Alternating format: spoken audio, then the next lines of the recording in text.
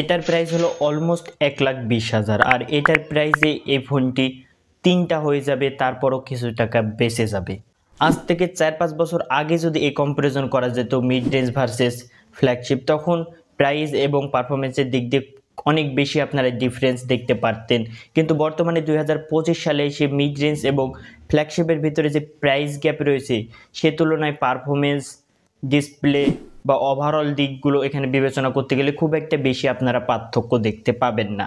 তো প্রথমে যদি এখানে আপনারা ডিজাইন এবং বিল্ড কোয়ালিটির দিক দিয়ে দেখতে চান, এখানে মিড রেঞ্জের মোটো H60 Fusion এই ফোনটি 35,000-এ পাওয়া যাচ্ছে এবং এটা দেখেন যে আপনারা যখন হাতে নেবেন কোনো দিক দিয়ে আপনাদেরকে চিপ ফিল হবে না। এখানে প্রিমিয়াম টাইপেরই ভাইব আসবে। এখানে ভিগেন লেদার দেওয়া রয়েছে, ফোনটি হালকা পাতলা, বিল্ড কোয়ালিটিও শক্তপোক্ত রয়েছে।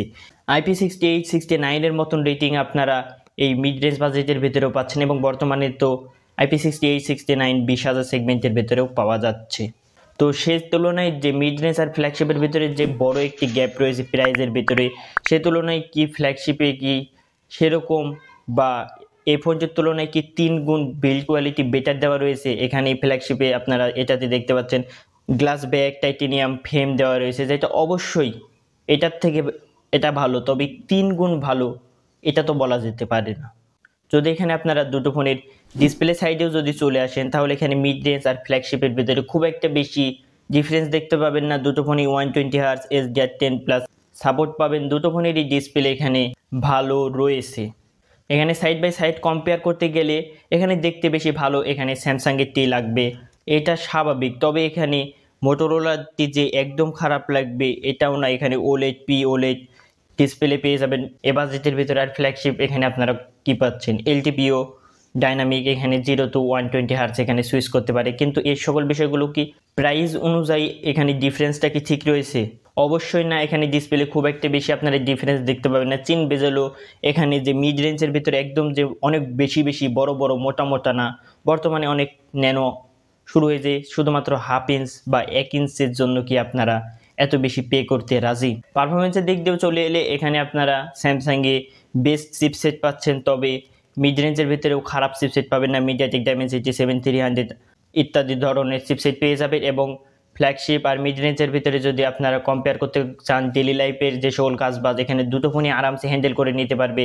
খুব একটা বেশি এখানে অ্যাপস যখন ওপেন করবেন খুব একটা টাইমের পার্থক্য দেখতে পাবেন না। সর্বোচ্চ 1 সেকেন্ড বা 2 সেকেন্ড বা 3 সেকেন্ড এখানে কম বেশি হতে পারে ফ্ল্যাগশিপ আর মিড রেঞ্জের ভেতরে।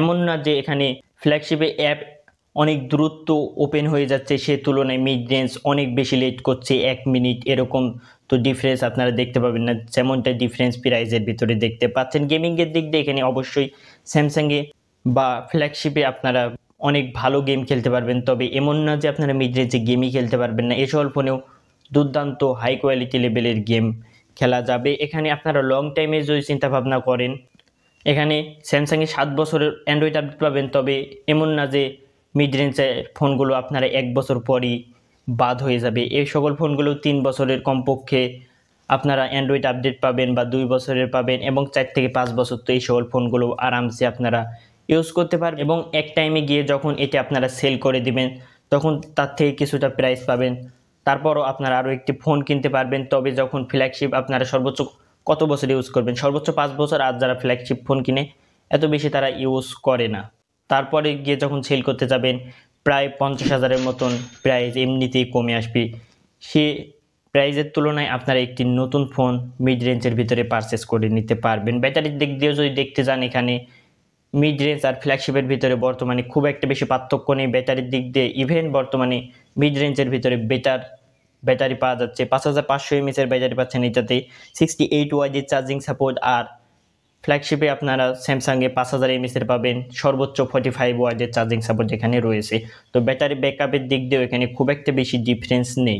ক্যামেরার দিক দিয়েও যদি এখানে আপনারা চলে আসেন মিড রেঞ্জ আর ফ্ল্যাগশিপের ভিতরে, আপনারা সর্বোচ্চ কি করেন? সোশ্যাল মিডিয়ায় ছবি আপলোড করবেন, ফেসবুক, ইনস্টাগ্রাম ইত্যাদি সোশ্যাল মিডিয়াতে ছবি আপলোড করার জন্য এই সকল মিড রেঞ্জের ফোনের থেকে আপনারা হাই কোয়ালিটির পিকচার পাবেন। তবে এখানে ফ্ল্যাগশিপের ভিতরে এখানে যেমন 200 মেগাপিক্সেলের ক্যামেরা, 10 মেগাপিক্সেলের টেলিফটো পাবেন, পেরিস্কোপ লেন্স পাবেন, আলট্রা ওয়াইড পাবেন, ভিডিও এখানে অনেক হাই কোয়ালিটিতে শ্যুট করতে পারবেন। তবে কি আপনারা এই সকলগুলো করবেন?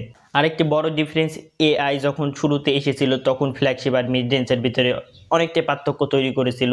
শুধুমাত্র ফ্ল্যাগশিপ ফোনগুলোতে শুরুর দিকে এআই পাওয়া যাচ্ছিল, কিন্তু বর্তমানে মিড রেঞ্জ ইভেন বাজেট সেগমেন্টের ভেতরেও এআই এর অনেক অনেক ভালো ভালো ফিচার্স পেয়ে যাবে। তো এই ডিফারেন্সটাও তো কমে চলে এসেছে। তো সর্বশেষ এখানে কনক্লুশনে চলে এলে মোটামুটি বিষয় হলো মিড রেঞ্জ আর ফ্ল্যাগশিপের ভিতরে আপনারা build quality, display, performance, camera, battery এ সকল দিক দিয়ে প্রাইজের যে এখানে একটি বড় ডিফারেন্স রয়েছে অলমোস্ট 3 গুণ, সে তুলনায় 3 গুণ বেটার আপনারা ফ্ল্যাগশিপে পাচ্ছেন না। তো আমার এখানে মতামত হলো যে আপনি যদি প্রফেশনাল কোনো কাজ করতে চাচ্ছেন, যেমন কন্টেন্ট ক্রিয়েট করতে চাচ্ছেন, সেক্ষেত্রে আপনাদের বেস্ট প্রয়োজন।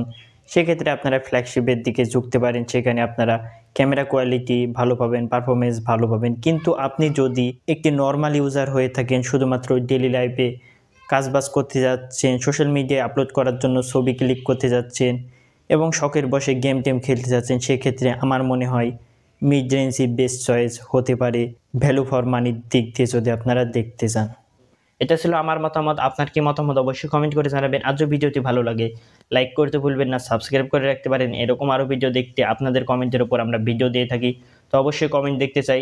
দেখার জন্য কোনো ভিডিওতে ভালো থাকবেন, সুস্থ থাকবেন। আল্লাহ হাফেজ।